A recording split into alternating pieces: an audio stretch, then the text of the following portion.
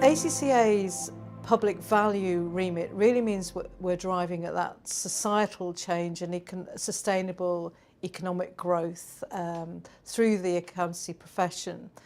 So I don't always like to narrow things down to specific initiatives that we're having, because the organisation as a whole and all of our 200,000 plus members and 500,000 students should be driving towards adding value to the businesses, economies, societies where they work.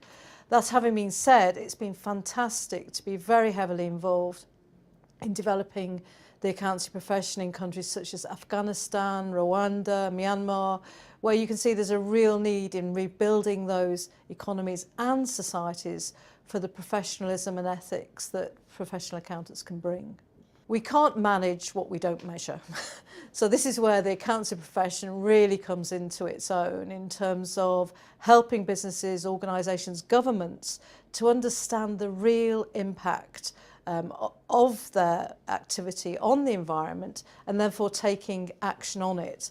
So we need common standards of measurements so we all understand the impacts that we're having. It's been great. We're going to be celebrating this year the Prince of Wales, Prince Charles's decade of accounting for sustainability, the integrated reporting movement led by the IIRC, the International Integrated Reporting Council. All of these movements are very much focused on getting the right measures to make sure we can manage our impact. I feel that the greatest challenge for the accountancy profession and ACCA is to maintain and establish where it's needed trust in the profession. We actually can't function as a profession without that trust. And yes, it's been under challenge from many directions, be that the economic changes we're seeing, having to behave ethically within the digital age that we're now in. It's a changing landscape, and yet we absolutely need to maintain that steadfast ethical core to the profession and trust from the public in order that the profession can function.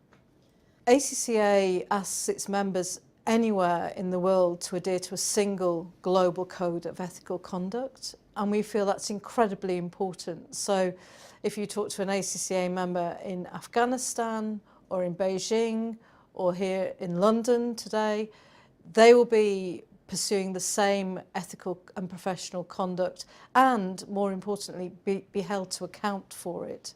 So being part of a professional body means you are held to account for your professional conduct. And I think that issue of public trust and confidence really relies on them knowing that that single standard is being applied.